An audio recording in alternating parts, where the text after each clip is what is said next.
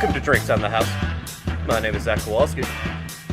Joining me, as always, my co-host, the pride of Pinckney, Kevin Alice. Soon-to-be Pokemon master of Alola region, which I continually call the Aloha region, because it's Hawaiian.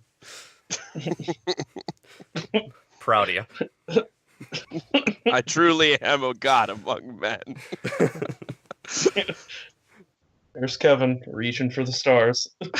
I reach for every celestial body I can. Well, you know what, Kevin?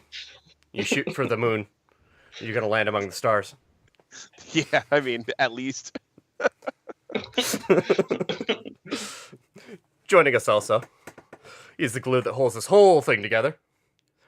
Andrew Hamill. Hey. What's up? Love the enthusiasm. How's it going, guys? Yep. Ready It's to just roll. dandy. Feel like I nailed that one. You nailed something. Yeah. That's my response to that. Oh, man. You got the beer all over my face, Zach. What's going on? My bad. I was just excited. Did you find more beer, by the way? Did you Yay. find more beer? Yes, I did. Crack. And the voice We you haven't just heard. finished the introductions. He is the producer / seducer. He is super producer Josh. I am so hungover, you guys. That's why he needed the beer. Yep. Yep. Sorry about that. It's all good. There's the dog. Daddy needs his medicine. Yep. Well, me and super producer Josh were playing the Wayne's World drinking game last night. Yep. Way too much fun. Basic rules were every time they break the fourth wall and talking to the camera, or anytime Wayne's ex shows up, or Garthisms. Garthisms, any of Garth's like gadgets Yeah. show up. Yeah. A swing. Yeah, any swing. Yeah. Basically any cliche from that movie. Yep. We drank. That was Yeah, it. so you just I drink feel the like- entire time. So. Yeah, that basically. just sounds like 2 hours of consistent drinking. Oh, yeah. It The really was, perfect actually. pregame. Yep. All right, Kevin, you want to introduce our first topic? I can. Of course, our first topic is our week in nerd, which in this case will be another 3 weeks in nerd. Because of complications such as allergic reactions, me being out of voice because of New Year's Eve. I literally couldn't talk. And Christmas. Oh, yes. At least that one's a good reason. Yeah. I guess. I guess allergic reaction's pretty good. Yeah. Me being out of voice and unable to talk, I guess, is good too. Great for an audio medium. Yeah, awesome for an audio medium. I'll do sign language over the computer. I'll just like, and you can just put it over the video. Hey, the sound It'll went out work at a fine. David Bowie show in the 70s, and he just mimed for an hour and a half. Wow. Yeah. That Crowd is went wild. That is an artist. That's what it is. That is a showman.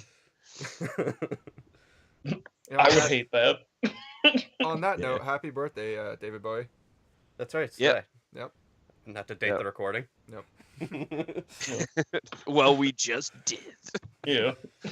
Anyway, I guess I'll start us off because I do every week. The biggest nerd thing that I did in the last 3 weeks is probably buy Pokemon Sun, which actually just happened a few days ago. I finally took my money and went, you know what? This is going to give me like 40 hours of playtime. So this is probably worth the $40 I'll spend on it. It's fair. I find that my general formula for figuring out if a game is worth it, and I nicked this from one of my friends, Nathan, is for every 15 to 20 minutes that you spend on it, it's worth $1. I said that's fair. If you're going to spend a lot of time with it, it's worth $60. Like a lot of the JRPGs that I play, they're like 60 hours long for like the main story, not including side shit. Yeah, And I think and about the that game from time stuff. to time, like just how long these games are, and I'm like, wow, I only paid $40 for this. Like, Right. right. yeah, Or like Witcher 3 or Fallout 4. oh yeah, There's Right. just so much Well, to it do also in those depends on fucking how games. much you're going to get into the game too. Like That's I true. love Devil May Cry, so I'll play through all the difficulties, but there are other people who won't. so it's not worth it for them. So I saw Devil May Cry Definitive Edition on sale for like $8 over the Christmas season, and I bought it immediately because I knew, hey, I'm going to play through this game and all the difficulties again because I love this game. It's going to be extra worth it. And even when I bought it the first time, because I have it for 360 as well, I bought it the first time and I played through all the fucking difficulties and all the DLC. So I knew it was going to be worth it just by buying it because I know I love those games. And it just kind of depends on what you're going to do. Same thing with Resident Evil and me. I'll play through those games basically no matter how shit they are.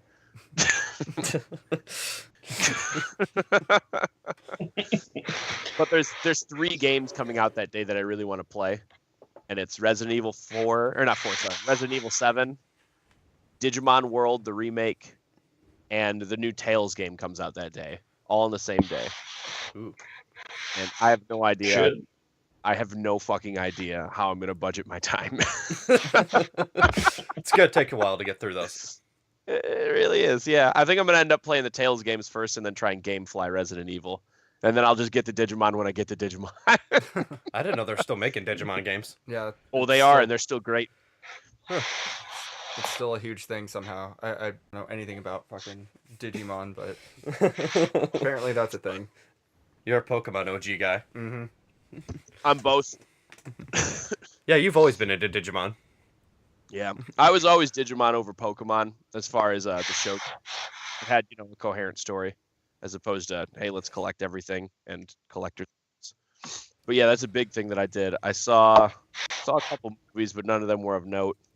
I saw Why Him today. It's all right. Was it a why bother? Sorry.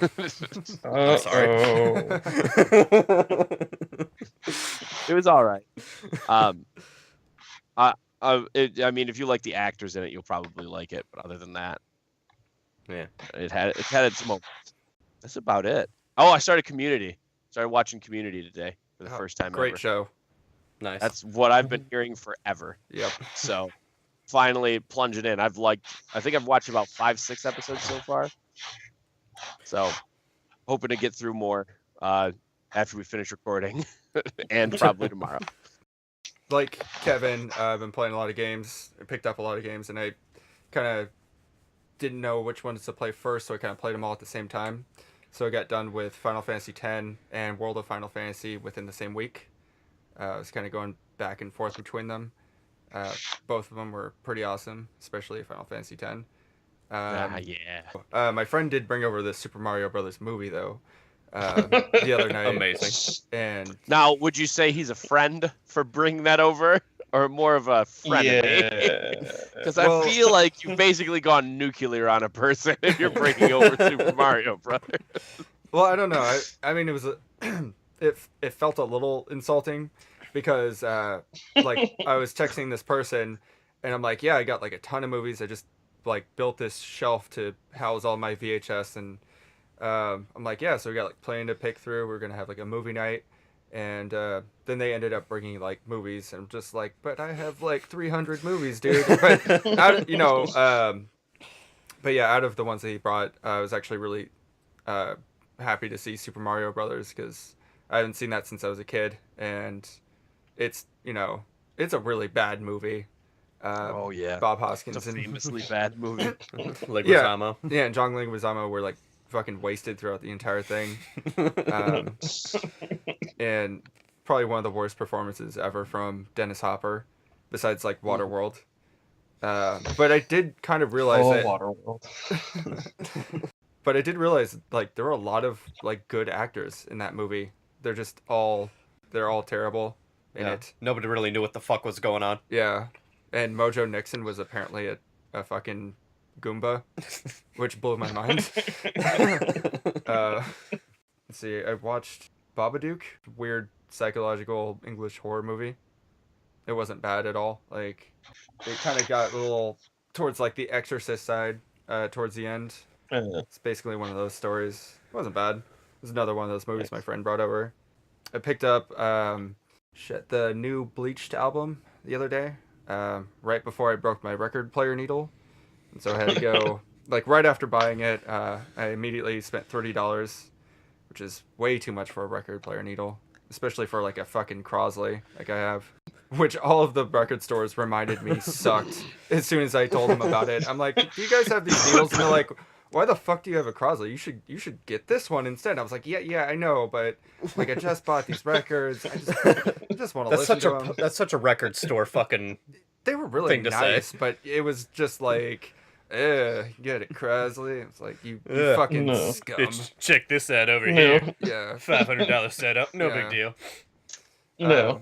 I also picked up. I wish I knew more about this other band. They're called Hunters, and I've been really, really into them for the last like 6 months. I'd only heard them on like Pandora, but I picked up one of their CDs. It's really, really good. It sounds somewhere in between like Sonic Youth and fuck, I don't know. It's just like a heavier sort of Sonic Youth. Maybe like Sonic Youth and if you guys ever heard of this band called Love of Diagrams. They kind of sound like Susie and the Banshees, but like newer. So Nice. yeah, really good band. I recommend checking out Bleached and Hunters. And that's pretty much what I've been up to. And I just moved into my new place over at Zach's, just like down like one apartment over. Yeah, I've been really busy, so I haven't really had a chance to get nerdy. At least you didn't have to travel far. Yeah, to record. Yeah, that's true. That's true. Hooray. Yay. Little victories, Andrew. Yes. How far were you having to travel to do this podcast before? 10 minutes. It wasn't very far at all. No, So a negligible distance. Yeah, I lived like maybe a mile and a half away from him, and I had to move because my roommate was awful and really racist. Like, yeah, he's a piece of shit. Yeah. Hey, if you're listening, asshole, fuck you. Can we start that as a new thing? What? Where we just call out people? I feel like I've been calling out people every week. Just start calling out people. Because every time you guys mention like a different like group of people that do podcasts, and we're just like, you're like, oh, these guys are really cool, and I'm like, yeah, well, they don't talk about like the same shit that we do. That must be fucking. They must Those be fucking. motherfuckers. Yeah, those fucking jabronis. So I've drunkenly called out encroaching on our territory. Yeah, so I've called out a few of those groups, and I don't know which ones they were, but I'm sure we'll be cool. Like, we'll find some middle ground. I think so. You know, and they're not gonna listen to this. So. No, also. That's what I think we need to figure out who exactly our listener base is right now, and then completely alienate them by shaming and/or calling them out during these insulting them every quarter. Whoever subscribes, we're calling you out. Can we call that new segment the Troll Toll? Yes, pay the troll we can toll. absolutely do Yes. that. Okay. Yeah, no, I love it. Right. So listen, you fuckers. We're coming for you, America. It's like, oh man, I just had like the nicest week, and I played all these games, and and this motherfucker over here. This motherfucker. But this bastard, Calling you out. These shitheads to listen to this podcast. you better come down to the ring right now and answer for your sins. And that was the sound of the last person that subscribed to our YouTube page unsubscribing. Yep. No. It's just me and my mom now. This is it.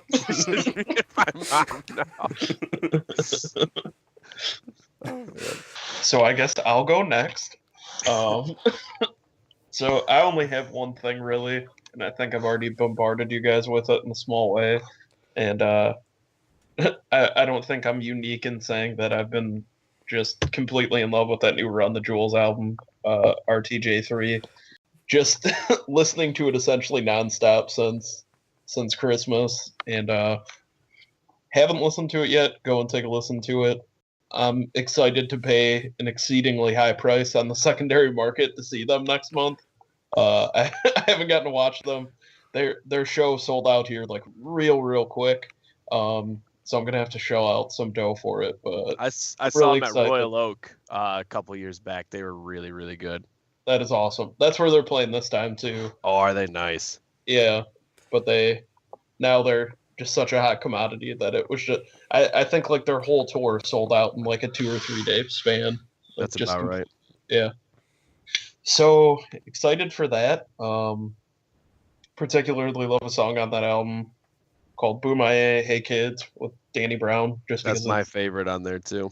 yeah, just the intermingling of the two rap albums that I've been so obsessed with over the past couple months. So definitely check that out if you have an hour of your time free and access to YouTube, or go out and buy the vinyl because I think it's released in like a week. I'm It's on pretty sure. Spotify too. Yeah, How I've been listening to it. yeah. Go find a way that gives them money, unlike me, who's been just ripping it off YouTube. go support. I think that artist. might inadvertently give them money if it's Yeah. on Yeah, YouTube. some weird way, yeah. Yeah, You are promoting Yeah. it on the internet.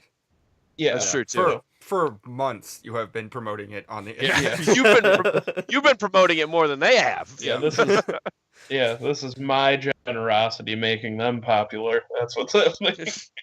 They better call me for a sponsorship. Yeah, See, they should put you in the liner notes of their next album. Just Yeah. like Andrew Hamill. yeah. Self-professed fanatic. He shared our video on Facebook and got over 4 likes. This guy's really Thanks, building on guy. the fan base. Yeah, but that's all I have. It's all right. I don't have much myself. I haven't All right. actually had a lot of time to do much. I've been playing Yeah. Just Cause 3, just blowing up a whole bunch of shit. That's really just been my main stress reliever. Then just finished book 2 of Preacher. Loving it. Nice. I got the 3rd one on order. Pretty much the same. I haven't really, with the holidays and being sick, I actually haven't had much downtime. Which is weird. You Well- think if you're sick, you'd have more downtime. Yeah. But I just don't feel like doing shit. No, when I was sick, I was just writhing in bed. Exactly, yeah. I didn't have time to become alert and pay attention to anything. Yeah, I'm on my cocktail of there fucking was no drugs. time. Yeah. And not the fun drugs. It's a Not, true, and it's a not true the hell. Quaalude drugs, just the drug drugs. It's the drug Yeah. drugs. It's supposed to make me feel better. Did you say the Quaalude drugs? No. So say that. I don't know. I It's just the 60s. I was gonna say, did No, Zach catch some like 1980s exclusive disease? You know, Daddy, I thought get the 80s AIDS. Quaaludes. I'm 80s dying AIDS. sober. dude, 80s AIDS were the worst. 80s AIDS were the worst. Oh god. And Zach's mom has just unsubscribed. Aw, man. Sorry, Zach's mom. Oh, it's just Zach. Well, she's getting called out next week. Yep. She's on the list. He's on the, he's on You the just made list. this. Coming for you, Mrs. Kowalski. Going down. I'm just gonna start a list now for that call out segment, so I can call out random people. This isn't your enemies list. This is Richard Nixon's. Ah, bitch had it coming. That's it for my weekend, nerd. Sounds like everyone had a pretty mellow few weeks. It's been a nice couple weeks up. So punk rock, huh? Excellent segue, Josh. Yeah. So- Nice. What about the new Dropkick Murphys album? Oh We're boy. doing the history of punk rock, so we'll start in the summer of 2002 when Good Charlotte has just released the Lifestyles of the Rich and the Famous. Sum 41 is at its peak popularity. Yeah. And Fall Out Boy is on the horizon. That Scorsese Yeah. movie came out, and like Dropkick Murphys were like the only band on the soundtrack. Yep. It was just Because we're that shipping one, up to Boston. the one song on the Not Departed. even a title, just Yep. that one Scorsese. Oh, the Departed, but yeah, That it padded. that's really where like punk started for me. Like, Yeah, just that's Yeah. how I hearing got that into song punk. over and over again. You know? I think mine definitely started with Sum 41 and Good Charlotte. Mine started a little before that. Actually, I'm a little more old school. Really like got to me when I saw Mojo Nixon in the Super Mario Brothers movie. Like when they took his guitar away and turned him into a Goomba, it really Yeah. spoke volumes to me. Well, about you see the the harmonica patriarchy. around his neck. Yeah, Represented oppression. It's a metaphor. They locked up You guys Toad don't get it. into a Goomba. That's another thing I really was kind of upset about. If there's got to be like one thing I got to be upset about with that movie, is that they turned Toad into a Goomba. What? That never made sense. Yeah. They also turned Toad into someone who wasn't short or had a mushroom for a head. No, he got much bigger and played harmonica. Yeah. And that was actually the best part of that movie, is when they were all like dancing around and stuff. Oh, Oh, the in the elevator elevator? scene was Yeah. the best. Yeah. That's where I fell in love with punk. Thank you, Bob Hoskins and John Leguizamo. You guys did it. You did it. You introduced a See. generation to punk. Yeah. Quite Instead the of- power. Instead of an M and an L on their hats, they had Anarchy A. Yeah. Yeah. And an upside down anarchy to signify a difference in brothers. Dude, looking back at it, like the outfits that the Goombas wore almost looked like they were skinheads. They did, Yeah, with those absolutely. big brown coats Yeah. that were apparently very flammable. Yep. That was the only weapon they had in like the Koopa Kingdom, was like flamethrower guns for some Yeah. reason. Just a terrible fucking gun. Oh yeah.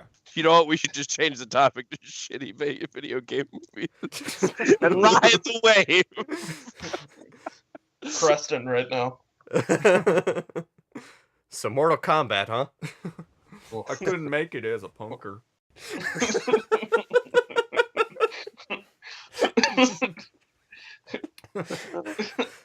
So for this subject, I haven't really gotten too far. We should probably just introduce the subject because we haven't done that yet. Yeah. Well, it's gonna be the title of the episode. They know You what's know, coming. They know what it is. You write good I liner don't notes. think they do. No. I would, if I were listening to this right now, I would be completely fucking confused as to what was going on. Send us a message on Twitter at Drinks on the Hoose. Did you understand what the fuck we were talking about in the first 20, 25 We'll minutes? DM you the topic. Maybe we'll just label this YouTube video question mark, question mark, question mark. Anyway, You it were sounded saying. like Josh actually had a point. Yes, he did. You were going to Sorry. say something poignant. Oh, not at all. I was just gonna say, like, a lot of people stopped listening to punk as soon as was it like Mandy Moore stopped showing up in Good Charlotte videos. It really dropped off. That was a dark day. Yeah. That was a dark day. Yeah. Dark times. Oh, Jesus. All right. So, I believe what we're going to attempt to do today is some sort of brief roundabout history of punk rock. Hopefully, touch at least upon the beginning and some points throughout, and Some major maybe all of points. us interject and talk about Highs, lows. some highs, lows, and maybe kind of our own entrance points, or maybe things that over time we've grown to enjoy quite a bit. So hopefully we're able to do this in a cohesive manner. Not mana. Can we We'll do it need our with mana. mana? At edit point. Can I edit cast point, spells? yeah, Sorry, guys, my mana's a Um, little low. yeah. We will be talking about this as the mana rains down from the heavens. That's a lot of mana jokes, guys. Who knew there were so many? Yeah. I feel like we've wrenched ourselves in those mana jokes. Everyone whip out their Bible. I think we could do more on this. In a mana speaking. God damn it. Well played, sir. Yeah. Now this episode is nothing but stupid jokes, and then we're like, Ramones. Episode over. London calling, and then just over. Kinks!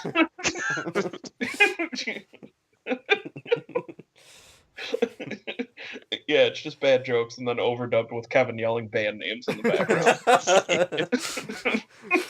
All right, does someone want to attempt to? Yeah, I was gonna say I brought my brand new Doc Martens. I'm ready to fucking talk about punk. It's true, they are fucking sweet Doc Doc Martens. Thank you. Jesus. Somebody serious. Hey, Zach, cover your teeth because Josh is about to kick him in. Yep. Well, he didn't wear his red laces. Oh no. Oh, okay. Okay, not so out no for blood. mod.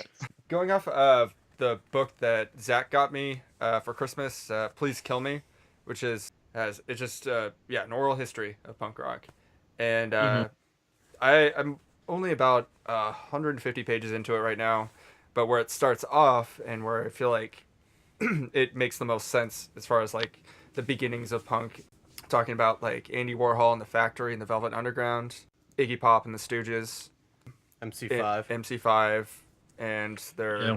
was it late 60s hippie revolutionary White Panther Party that kind of went nowhere and turned into some sort of like Mormon thing where they just got drunk and took a bunch of acid and shot guns in the woods. But going off that, in the 60s, I think the mid 60s, pop artist Andy Warhol had a bunch of different crazy people living in this warehouse. Of course, like a lot That of was in New York, right? Yeah, it was in New York, and so you got everyone from like the Velvet Underground, plus a bunch of random artists like Basquiat and Eddie Sedgwick and Nico, and then yeah, they all kind of just got wasted, fucked each other, and came up with good music. It was really just kind of. Is it just me? But Velvet Underground makes me think of something real dirty. Bush hair? Like, Yeah. just right away. No, they were clearly influenced by the prospect of Trim. Yeah. Getting that sweet Yeah. Trim. And the taco stands.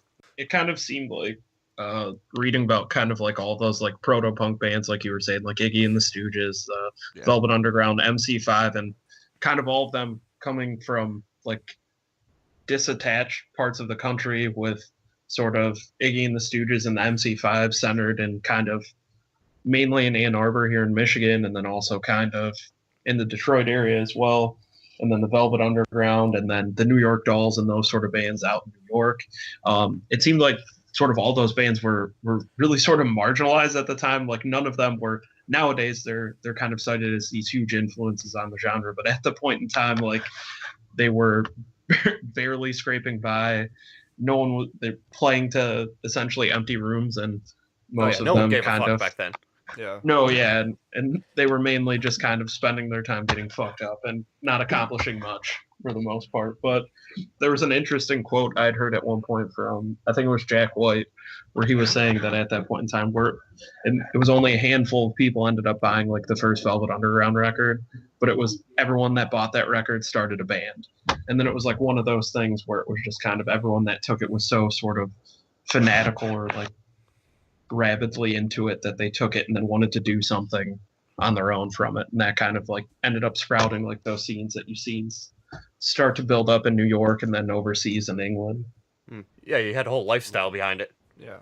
Yeah. Created this whole kind of mini community of like, this is our thing, and like, fuck you, I don't care if you don't like it. Yeah, and then you also have a little bit of like there's a little bit of a connecting thread in sort of the beginning of like the the New York scene, and then kind of the start over in England, and it's I'm not sure if they talked about this at all, and please kill me because I haven't read that yet, but I have listened to a lot of interviews with the guy that wrote it, Legs McNeil, and there was this one guy named Malcolm McLaren who was for a while working with the New York Dolls over in the States. And he's originally from Britain. And then him and his girlfriend at the time were sort of into fashion and had opened sort of a fashion store out in New York. And then they started working with the New York Dolls, and then they ended up going over to England. So they were kind of taking this sort of aesthetic that they were finding in New York, and almost I'm sure that they tried to put it as sort of spreading it overseas, but we're almost doing it in like an exploitative and kind of way to try and make a dime off of it at that point. And he was pretty integral in recruiting members to the Sex Pistols, and the way that they did it was almost like the way that kind of you would have seen people recruiting for a boy band in like the 90s, where they were looking for like a lead singer with a specific look. And like they like when they found Johnny Rotten, they didn't even know if he could sing. They just liked the fact that he had a cool look. He had green hair and came in with a Pink Floyd T-shirt that he had written "I hate" over. So it's like that's how the guy. And then they just told him to sing, and then that was how they got the singer for the Sex Pistols. It was just weird. I've read some things where Johnny Rotten has said like some shitty things about him in the future, but he was kind of the guy that without him, potentially these kind of seminal bands wouldn't have influenced each other, or maybe this look wouldn't have gotten as popular in a certain way, or kind of would have kind of fizzled out. Might not have even started. Yeah, absolutely. I always found that really interesting with like from a business standpoint, like having the marketability of an appearance. like how that actually influences people. Because when I was growing up, I was always like, oh, appearance is stupid. You just wear what you want. But it really doesn't work that way. No, it does not. Like at all. Like it depends on what you want to market to with your look. Like I see this a lot. I actually see this a lot in pro wrestling. Basically, you're trying to get to different audiences based on looks of your character. And I see it a lot in bands as well. It's kind of the same dynamic.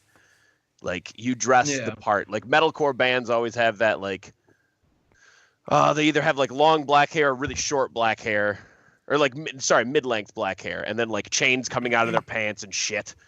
Yeah, and those just spiked like armbands. And then it's like one spiked band and then like a beater that's black.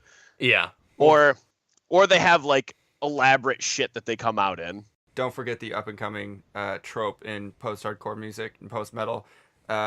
Green sweater vests, glasses, and mustaches. Yep. Made that's coming popular up. by Oakley Dokley. Yes. Yeah. Get that Oakley Dokley. Get that Oakley Dokley money. Yep. Get that sponsorship. It definitely seemed like there was sort of like this cult of personality aspect that kind of made those kind of helped those bands like find like a niche audience. Like it was, if you went into a room and you saw like the Stooges performing, like you might not have necessarily been as attracted to them just based on the sound, but then you have like Iggy up front just being a complete fucking nutcase, all 4'11" of them, just shirtless, bleeding, just it was an attitude about him. Like, no, absolutely, a grittiness. Yeah. What do you think about where all these bands started up, like New York and Detroit, and even L.A. and Birmingham in England? These are all really rough and generally kind of gritty areas, Yeah. So I think that's where you got a lot of your influence. Excuse me. A lot of the influence of that attitude of like, a hardcore, hardworking, hard drinking, hard life attitude. I know in New York, all the people in like the factory and stuff didn't really work that much. I mean, they worked for Andy doing random odd jobs and things like that, but mostly just were drug connections. And I kind of feel like that's what they sang about, was just drugs and sex and these. Well, it's all about doing whatever the fuck you want. Exactly. Yeah. Maybe not the whole fucking and getting drugs all the time, but I mean, like that's basically where like that came from. It's like they all had this like these things in common, and they were all outcasts. Well, it's so weird. It is like high school, and in real life, like these were the outcast people of the high school. I know because I was with that person in high school.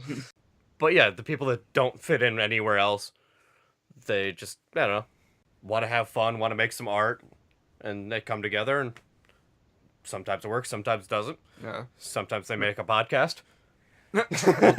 Sometimes you make one of the greatest albums of all time.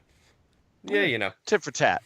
Yeah. And I get it. I guess like you definitely do see that kind of group of strange people just uniting under one central purpose, kind of in that then first actual wave of punk bands that you see in kind of the New York scene that's centered around CBGB at that point, where it's sort of all of these people that are coming from these disparate influences and these bands that are all sort of lumped under the punk kind of umbrella, but none of them are really the same. I mean, you have kind of Blondie, the Ramones, Television, the Talking Heads, all those bands that kind of, I mean, there's probably a lot of people that could individually like one of those bands and then kind of hate the other three, or kind of going along with a lot of those different bands that were under there, but they were all sort of put under that same umbrella.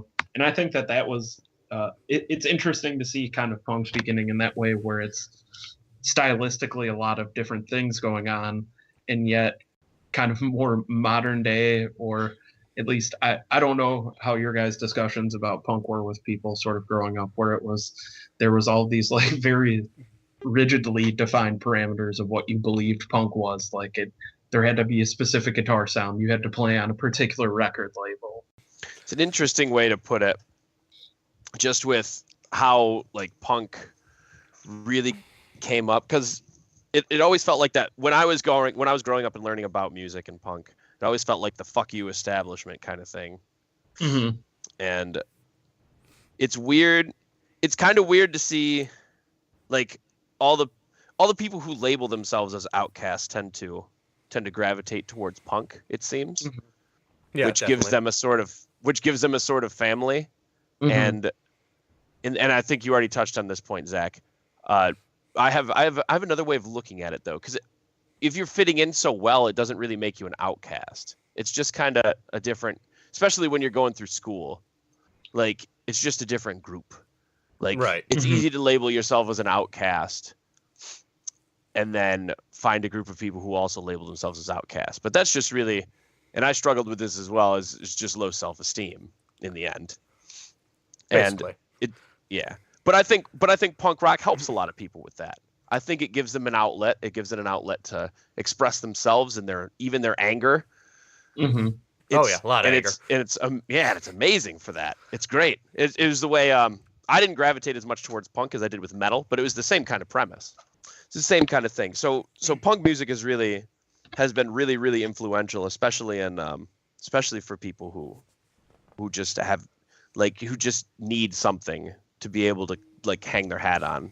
Right, some sort of community or family or acceptance or whatever. Yeah. Really, it really boils down to acceptance, because family always accepts. So in a sense, and metal does this too very often, is they all view themselves as a family, though metal has its ups and downs. For the most part, punk is pretty accepting. For the most part, Metal tends to bicker. I Metal is like the think- violent family that, like, they love each other in the end, but they're gonna bicker all the time. Whereas punk is more the, like, accepting family who riots together. I actually have to kind of correct you there. I believe the violent, belligerent family would be the Juggalos. if we have to, like, label, like, those sort of crazy people together. Aren't they officially labeled as a gang or a terrorist group? Yeah. By the FBI. Yeah, the FBI has them. And their whole, like, thing is yelling family. They're like, family. Woo, Yeah. woo. Spraying Fago. Yep. I believe it's woo woo for the family. Yep. I used to listen to quite a bit of ICP, actually. Never got into I it. don't think they're bad guys. They're amazing businessmen. They're actually quite nice people. And I do a lot have for heard the nothing but nice Detroit things about area. them. I know they wrestle sometimes. And they do have a wrestling company. They have JCW. Yep, Juggalo Championship Wrestling. Yes. That is a thing that I know exists. And I think one of the this is true. And I think this is true with every fan base, especially as rabid as theirs. Is there's always going to be those assholes that fuck everything up for everybody else.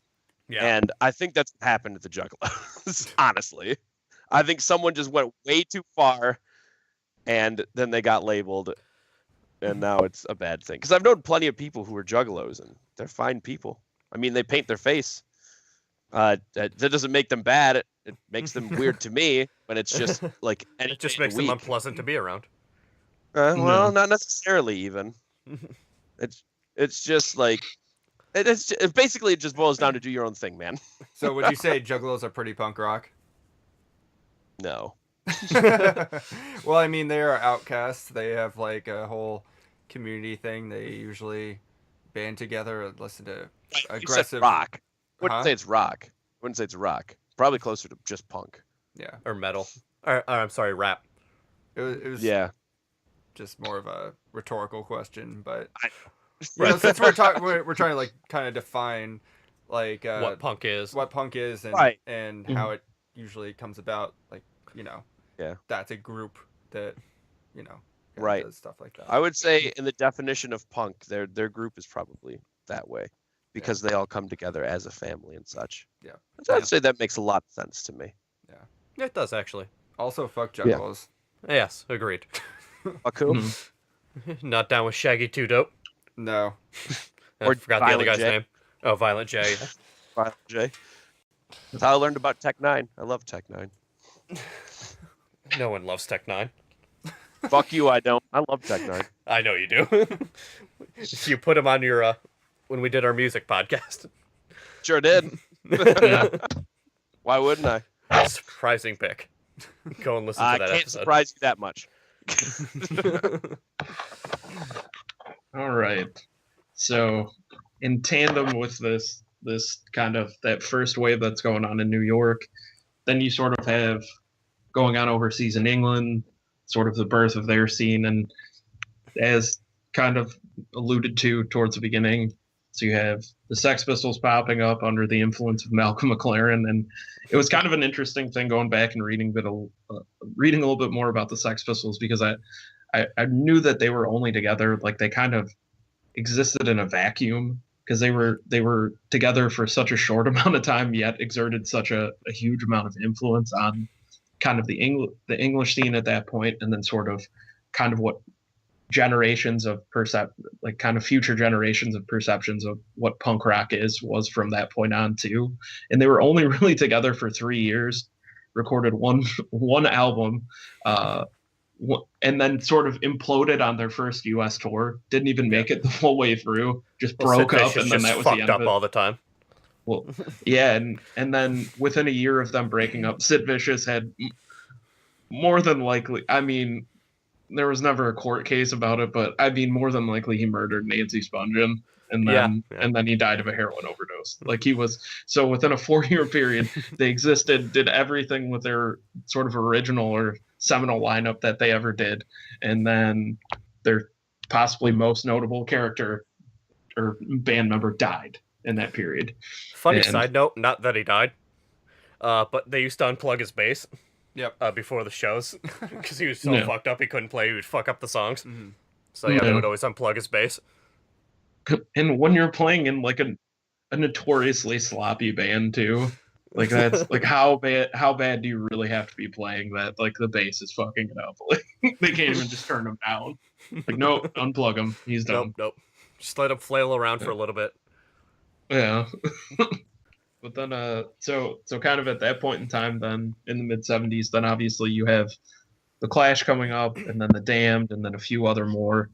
I mean, those are probably I always thought of those as maybe like the 3 biggest, and then maybe you have like the Buzzcocks as probably the 4 that were kind of the purveyors in that English scene, and then you have sort of smaller bands like you actually mentioned them earlier, Josh, Susie Sue, kind of bands of that clout that were there, and like people that are into punk and then that type of music are more aware of those bands, but didn't necessarily kind of have that big name presence that, I mean, particularly the Clash had over a period of time.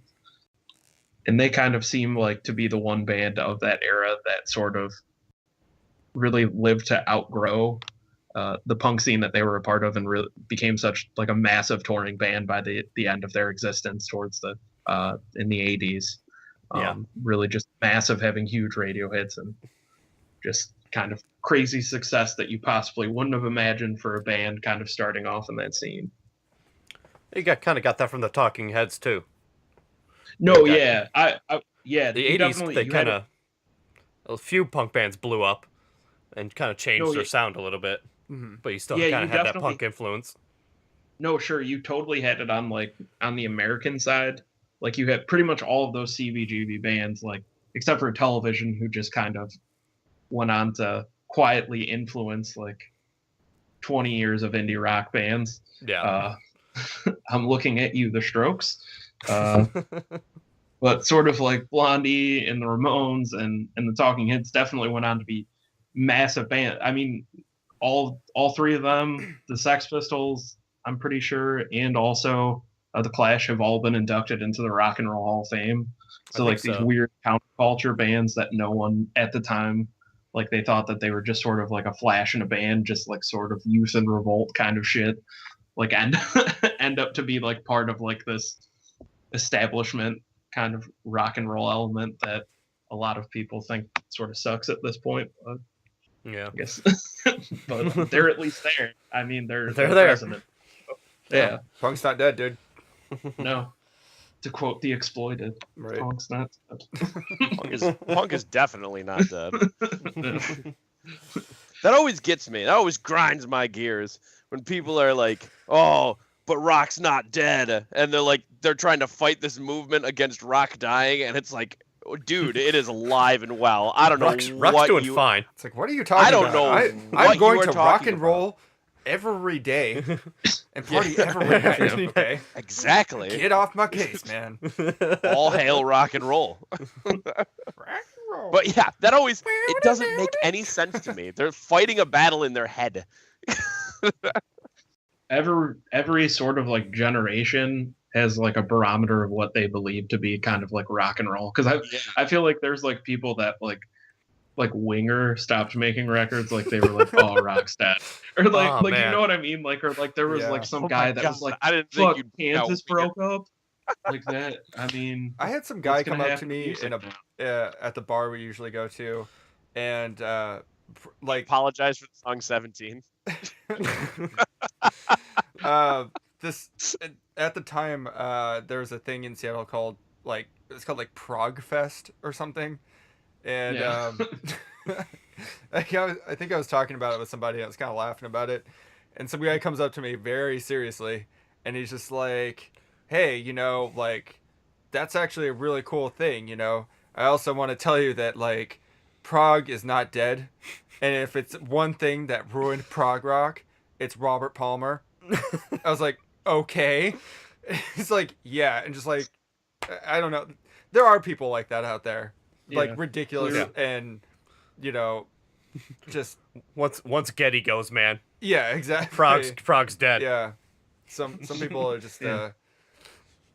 are so rigid in their opinions, and yeah, Well, it's the same assholes I that guess always want to categorize everything. sure, Yeah.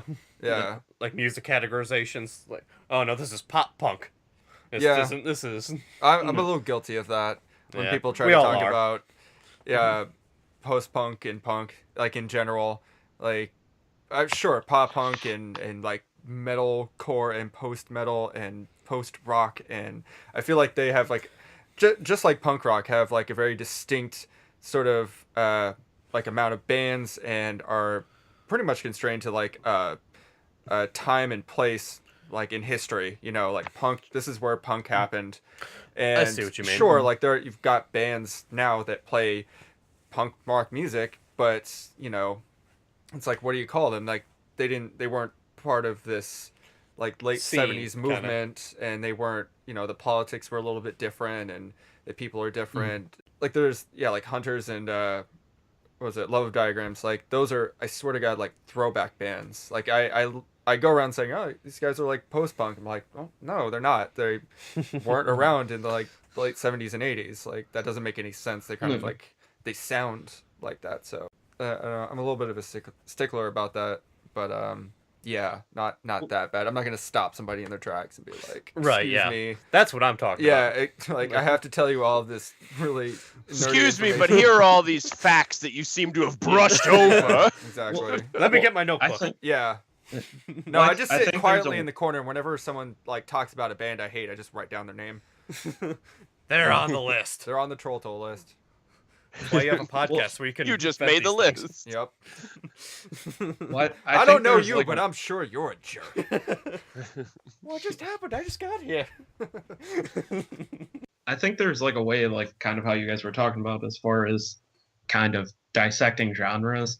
I think there's a way that you could be doing that sort of like lovingly or like with a good intention about the music, or there's another way that you can be doing it where you're just trying to like marginalize the band or like the listener for liking a band, where it's like, oh, that's whatever. Oh, that's not punk rock. This is punk rock. Or this is like, you could be telling someone like, no, that doesn't necessarily fit this, but it fits this with all these other interesting bands that kind of fit that way. Yeah. I think that Right. because I know you guys were saying a couple of your kind of heads thinking that way, and mine kind of does too, just sort of like being more nerdy about music. Like you're looking, like you're kind of trying to divide it in specific subgenres, not for the purpose of like, this band doesn't fit this particular thing, so I don't like it, but it's just like, how do I fit this into a box that I can sort of understand or kind of explain to someone Right. at that point? Right, and that's the well-intentioned version of it. where Yeah. It's like, hey, I just need some way to explain it. Like, oh, these bands fit together, so you go, hey, like this band sounds like this band,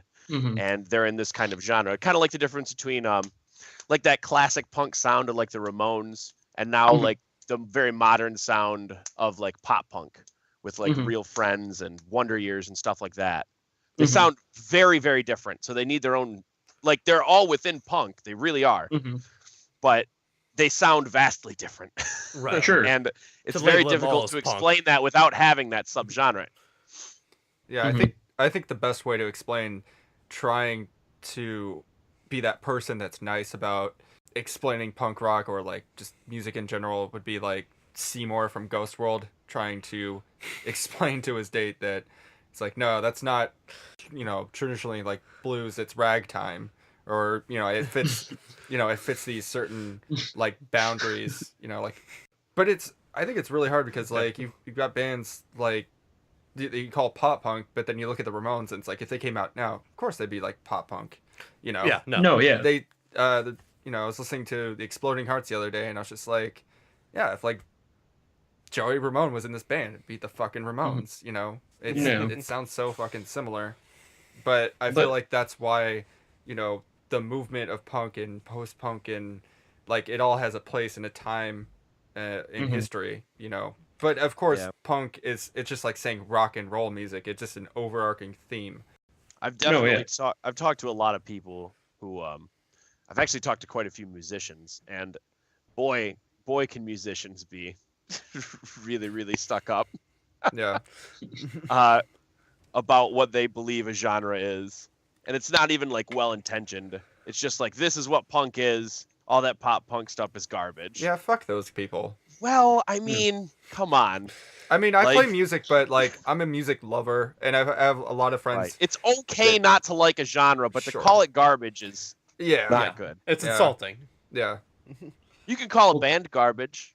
I mean, they still get their own stuff, I guess. It's garbage to you, but it's tough to just Somebody's call a buying band Nickelback garbage. albums. Right. I hate Five Finger Death Punch, but I can't say that they're a bad band because they make a ton of money. Like, if that's what they want to do is just make money, cool. Well, maybe they're not good artists, but they're like they're good at like they're doing what they marketing set out to themselves, do. and they are achieving their goals. Yeah. It's also one of those things that you kind of come to in life that I feel like for some reason, like it's personal taste is subjective, and that's like I feel like that's hard for people to kind of realize at some point, where everyone kind of wants to like it like I enjoy things like where they do like those like 100 greatest albums in history and shit like that, or 100 greatest bands and stuff like that, but also there's probably a person out there that like looks at that list and then is like, I don't give a fuck about any of these bands. Like I want to go listen to like a Boys to Men album or like some shit like that. Or like I love Winger. Bring on Great White. Yeah, it's like, I don't give a fuck about a Tribe Called Quest. Give me an MC Hammer album. It's like I guess like I mean, I don't agree with that guy's opinion, but it's like also at that point, it's his opinion. Just let other people live. Like it seems like such like an immature thing, and then it also seems like such like a stereotypically like punk or metal thing, because it's just two genres that are supposed to be comprised of outcasts yet are known for their just nose in the air elitism kind of stupid shit about like every kind of subgenre or whatever. Yeah, it kind of reminds me of like SLC Punk when he's like breaking down like the different tribes within the punk rock community. Like you got the punks, you got the mods, you got the skinheads, crust punks, you got the metalheads, stoner people, punks. you know, and they all kind of shit on each other, but they're all like friends, or at least in the movie. And I know like a lot of the people, especially like skinheads, I think everyone hated skinheads back in the day, but I feel like everyone now, for the most part, is pretty much cool with every other, you know, tribe and genre, you know, regardless if they like it or not. It's like, okay, dude, you like metal, whatever. Like, well, I think you see like kind of like that full on like out there like racist element like at shows.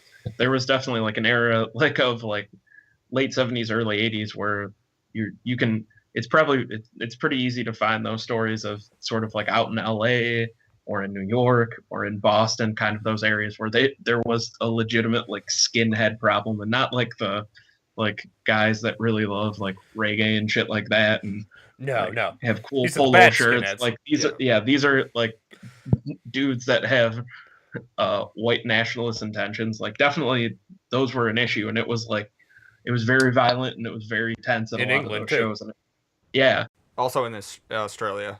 Oh, yeah. yeah. I mean, hell, Yeah. even G.G. Allin had a swastika tattooed on him. Yeah, but I feel That guy like a was- lot of people Well, that- just kind of wore swastikas. Well, as, that was more of a... I could just- believe that yeah. was just him being G.G. Allin. Yeah, exactly. Yeah. I had to bring Yeah. up G.G. Allin, and that was the perfect point to bring Yeah. him up. It's an inevitability. That guy was the human equivalent of a full diaper. That's On all I have fire. to say about G.G. Allen. Yeah, he tried to fuck people to get give them AIDS. So yeah.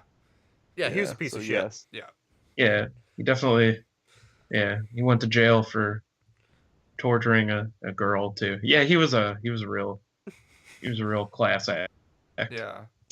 I mean, Iggy real fucking spit on people and Cut himself. cut and- himself, and you know, Yeah, he pretty much subjected the audience to whatever he was going through, or at least close enough to where it seemed like they would get involved, but it never got to No. the point where shit was being thrown or he was beating Literally. people up or He- you know. well, his was never. He was never throwing shit at people, but he always had like there's like I think there's like some crazy like bootleg of Iggy and the Stooges playing at like a biker bar, and like throughout the concert you can just hear them just like fucking whipping bottles at them, like it's picked up in the recording, like bottles breaking on the stage. Yeah. Like they definitely he was a guy that could definitely get a rise out of people, but he didn't have to resort to first song, guys, you know what, I'm gonna sing the first verse, then I'm gonna take a dump on stage, then I'm gonna smear it on my face, then I'm gonna chase everyone around the audience. It's like he Shove the he mic was up kind my of one ass, of- and that's the second song. yeah, he was just a guy that kind of he could raise his eyebrow and the crowd would kind of move, like kind of. And I think that there's definitely I guess there's a lot of people that are I don't know if it's a lot of people, but there are people that like G.G. Allen. And So I don't know if you guys knew this, but I did a quick search on G.G. Allen to make sure I remembered who he was. yeah, I'm sorry. And Yeah. I'm yeah, sorry you that's had not to see gonna that. go well, you're about to be more sorry. Oh, we'll oh, see. don't. Who knows his birth name? Well, Oh, do. Jesus Christ, Allen. Jesus Christ, Allen. wow. Thankfully, his There's mom actually- changed it. If you have like an hour and a half of free time and are can kind of get okay with the idea of watching a guy shit on stage multiple times, then there's a really interesting documentary done on G.G. Allen by Todd Phillips, who was the guy that actually wrote and directed Old School and the Hangover movies. It's a great documentary. Yeah, it's really interesting to get a behind the scenes look at him, but there's some real like raw live footage of him, like that stuff going on, and then Well, don't they have the footage of his funeral? yeah, and then they also edited in a home movie of him getting peed on by someone. Like it was real. It got like there was. I didn't know where that documentary was gonna go, and it got weird like instantly. Like it's like Yeah. not even 5 minutes in, like it's just like fuck. Like, you- Want to take us out? Sure. All right, well, that's going to do it for Drinks on the House this week. Let me do that again. All right, that's going to do it for Drinks on the House this week. We got a lot more to talk about punk. We already done a whole full hour, so I think this is going to be a two-parter. Everybody cool with that? Yeah. Absolutely. I Right have my concerns about it, but I guess I'll go along with the group. Please, Andy, any questions, concerns, comments? No, I'm kidding. I just want to be Statements? contrarian. Claims? I have Theories? Hypothesis? You know what, guys? I had no follow up to that comment, and you all three called me out in bluff. So Happy to do it. yeah, Yeah. thanks. Well, once Oh. again, I'm Zach Kowalski. Follow me on Twitter at Zach Kowalski. And follow Drinks on the House at Drinks on the Hoose. And email us at drinksonthehouse or drinkonthehouse@gmail.com. Yeah. Don't forget about our YouTube channel. Subscribe and like. And if helps there's an us a ton. option, poke us. Absolutely. I think they got rid of that. Oh, okay. Oh, did they? That sucks. Yeah. Yeah, Bummer. like, comment, subscribe, all that fun stuff. Yep. Yeah. You can follow us on Instagram. I'm gonna try and pick that back up now that the holidays are over. Pick it up. Pick it And up. get Pick it up. some. Get some Please actually do comment and let us know. And if you listen to the first half hour of this podcast and you knew where we're going to go with it, let us know. Yeah. I'm Let actually us very know. curious. If there's any topics you want us to talk about, absolutely comment as well. We're always looking for new ideas. Yeah, we're gonna talk Uh, about more GG because nobody knows who fucking GG Allin is. Fucking GG. Yeah. Rock and roll. Take a shit on the floor. Yeah. He's an adult man that wanted to be called the scum fuck. So if that Yeah. with no K, with no K. Oh, of course. That's my safety word. Scumfuck. Yeah, scum fuck. Smart. It's a good safety word. It doesn't come up. Doesn't gun up much. You can follow me on Twitter at @LastVindicator. I also run a Scumfuck. stream, Last Vindicator on Twitch. I'm actually in the process of making a new channel for drinking buddies in general, Cool. but Oh, it nice. hasn't come to fruition yet. I've been enjoying the content. I thank you. I appreciate it. I'm Andy. You can reach me at Kurt Angle Fan 69. For everybody at Drake's on the House, have a drink on us. Cheers.